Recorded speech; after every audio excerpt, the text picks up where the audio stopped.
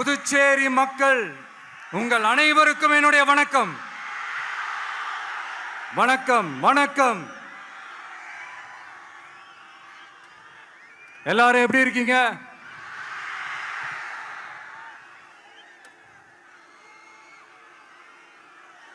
ஒன்றிய அரசுக்கு தான் தமிழ்நாடு ஒரு தனி மாநிலம், புதுச்சேரி ஒரு தனி யூனியன் பிரதேசம். அவங்களுக்கு தான் தமிழ்நாடு தனி, புதுச்சேரி தனி, இப்படிலாம் இருப்பாங்க. ஆனா நமக்கெல்லாம் அப்படி கிடையாதுங்க. நாமெல்லாம் வேறு வேறு கிடையாது. நாம் எல்லாரும் ஒண்ணுதான்.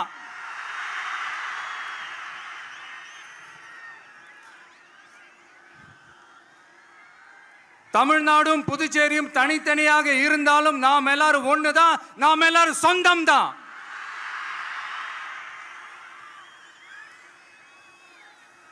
வேற வேற வீட்டுல, வேற வேற ஊர்ல, வேற நாட்டுல, வேற ஸ்டேட்ல இருக்கிறதுனால நாம் எல்லாரும் சொந்தங்கள் இல்லைன்னு ஆயிட முடியுமா?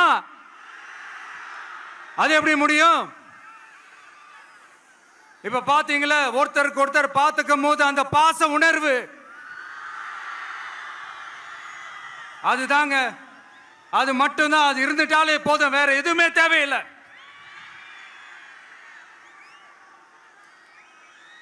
அதனால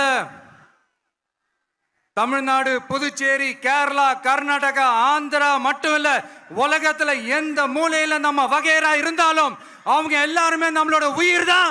அவங்க எல்லாருமே நம்மளோட உறவு தான்.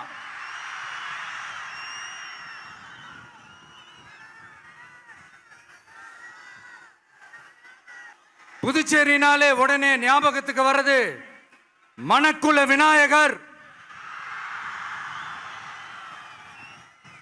அரவிந்தர் ஆசிரமம், வில்லியனூர் மாதான் சொல்லி இவங்க எல்லாரும் ஞாபகத்தில் வருவாங்க. அது மட்டும் இல்ல, மகாகவி பாரதியார் அவர்கள் இருந்த மண், பாவேந்தர் பாரதிதாசன் அவர்கள் பிறந்த மண். அது மாதிரி இன்னும் சிறப்புகளை அடுக்கிக்கிட்டே போலாம். ஆனா அரசியல்னு வந்துட்டா ஒரு முக்கியமான விஷயத்தை பத்தி நம்ம சொல்லி ஆகணும். 1977ல புரட்சி தலைவர் எம்ஜிஆர் அவர்கள் தமிழ்நாட்டில் ஆட்சி அமைச்சாங்க. ஆனா அதுக்கு முன்னாடியே 1974லயே இங்க புதுச்சேரியில அவங்களோட ஆட்சி அமைஞ்சது. அதனாலதான் அப்பவே சொன்னாங்க, நமக்காக வந்தவர் எம்ஜிஆர், அவரை தமிழ்நாட்டில் மிஸ் பண்ணிடாதீங்கன்னு நமக்கு அலர்ட் பண்ணதே புதுச்சேரி தான். அப்படிப்பட்ட புதுச்சேரியை நம்மளால மறக்க முடியுமா? அது மட்டும் இல்ல, இங்க இருக்கிற மக்கள் தமிழ்நாடு மாதிரியே புதுச்சேரி மக்களும் என்ன கிட்டத்தட்ட ஒரு 30 வருஷமா என்ன தாங்கி பிடிச்சுக்கிட்டு இருக்கிறீங்க. அதனால இந்த விஜய் தமிழ்நாட்டுக்கு மட்டும்தான் குரல் கொடுப்பான்னு நினைக்காதீங்க. அப்படி பண்ணாத தவறு. புதுச்சேரி மக்களுக்கும் சேர்த்து தான் குரல் கொடுப்பான். அது என்னுடைய கடமையும் கூட. அதனாலதான் இங்க நீங்க ஃபேஸ் பண்ற பிரச்சனைகளை பத்தி இன்னைக்கு நான் பேசுறதுக்காக வந்திருக்கிறேன். அது மட்டும் இல்ல, இந்த புதுச்சேரி கவர்மெண்ட்டை பத்தி நாம சொல்லியே ஆகணும். இது டெஃபினட்டா தமிழ்நாட்டில் இருக்கிற மாதிரி நம்ம திமுக கவர்மெண்ட் மாதிரி கிடையவே கிடையாது.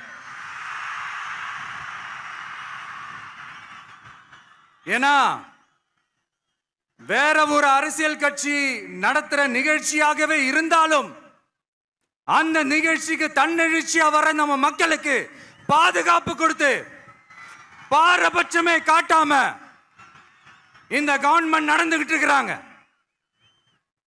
அப்படிப்பட்ட இந்த புதுச்சேரி கவர்மெண்ட்டுக்கும் நம்ம புதுச்சேரி சிஎம் சார் அவர்களுக்கும் இந்த நேரத்தில் என்னுடைய மனப்பூர்வமான நன்றிகளை தெரிவிச்சுக்கிறேன். இத பார்த்தாவது தமிழ்நாட்டில் இருக்கிற அந்த திமுக கவர்மெண்ட் கத்துக்கிட்டா நல்லா இருக்கும்.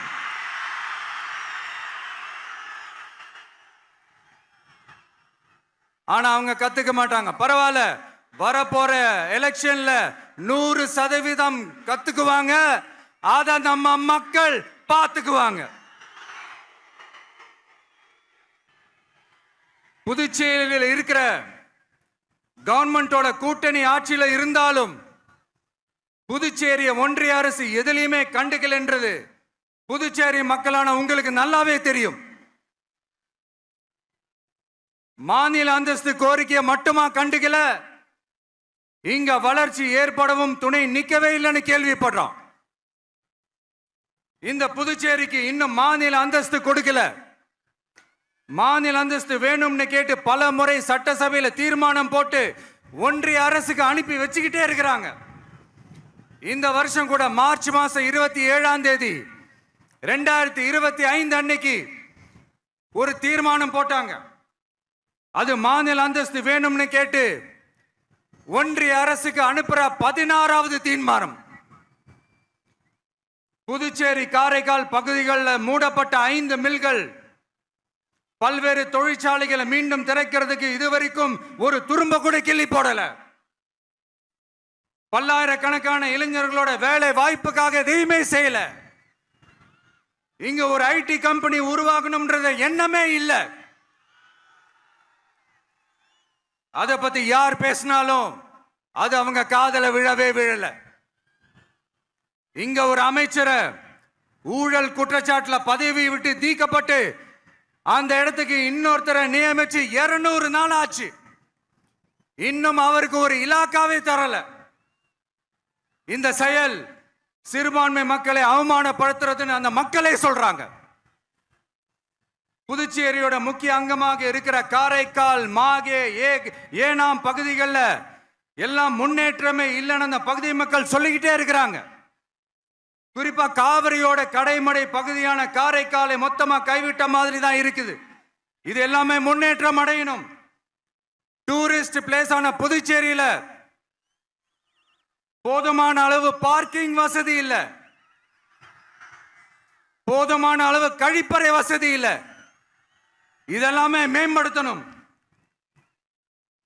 புதுச்சேரி கடலூர் மார்க்கமான ரயில் திட்டம் வேணும்ங்கிறது நீண்ட கால கோரிக்கை. புதுச்சேரி மக்களுக்கு ஒன்னே ஒண்ணுதான் சொல்லணும், இந்த திமுகவை நம்பாதீங்க. அவங்களுக்கு உங்களை நம்ப வச்சு ஏமாத்துறது தான் அவங்க வேலையே. நான் சொன்ன பல கோரிக்கைகளை எல்லாம் தீர்த்து வைக்கிறதுக்கு நம்ம புதுச்சேரி கவர்மெண்ட்டுக்கும் அதோட மக்கள் திட்டங்களுக்கும் ரொம்ப அக்கறையா உண்மையா துணை நிற்கிறோம். தமிழ்நாட்டை ஒதுக்குற மாதிரி புதுச்சேரியும் ஒதுக்க கூடாதுன்னு நாங்க கேட்டுக்கிறோம். கிட்டத்தட்ட 20 லட்சம் பேர் வாழ்ற யூனியன் பிரதேசமான புதுச்சேரி மத்திய நிதி குழுவில் இடம்பெறவில்லை. அதனால் மாநிலங்களுக்கான நிதி பகிர்தல் அடிப்படையிலும் யூனியன் பிரதேசங்களுக்கான நிதி பகிர்தல் அடிப்படையிலும் புதுச்சேரிக்கு நிதி ஒதுக்கப்படுவதில்லை. அதனால ஒவ்வொரு ஆண்டும் புதுச்சேரிக்கு தோராயமாகவே மத்திய அரசு நிதியை விடுவிக்கிறது. அந்த நிதியும் அரசு ஊழியர்களின் சம்பளம், ஓய்வூதிய தொகை உள்ளிட்ட திட்ட செலவுகளுக்கே சென்று விடுவதால் மீத தேவைக்கு வெளிச்சந்தையிலும் கடன் பத்திரங்களை கடன் வாங்குகிறது புதுச்சேரி. இந்த நிலைமை மாறணும்னா ஒரே வழி, மாநில அந்தஸ்து நம்ம புதுச்சேரி மக்களோட பல்லாண்டு கால கோரிக்கை. புதுச்சேரிக்கு போதுமான நிதி வரத்து இல்லாததுனால வெளியே கடன் வாங்க வேண்டியதா இருக்கு. புதுச்சேரியோட கடனை குறைச்சு தற்சார்பு பொருளாதாரத்தை வளர்த்தெடுக்க திட்டங்கள் வகுக்கப்பட வேண்டும். மாநில அந்தஸ்து வாங்கினா மட்டும் போதாது இல்லையா, தொழில் வளர்ச்சியும் தேவையாச்சே. புதுச்சேரி தென்னிந்தியாவின் முன்னணி இண்டஸ்ட்ரியல் ஹப்பாக மாற்ற எல்லா முயற்சிகளும் எடுக்க வேண்டும். இந்திய அளவில் ரேஷன் கடைகளே இல்லாத மாநிலம் புதுச்சேரி தான். ஏழை எளிய மக்களுக்கு வாழ்வாதாரமே ரேஷன் கடைகள் தான்.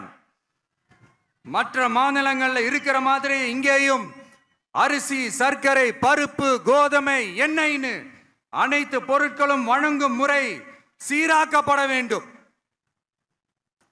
கடைசியா மீன்பிடிக்க செல்லும் காரைக்கால் மீனவர்களை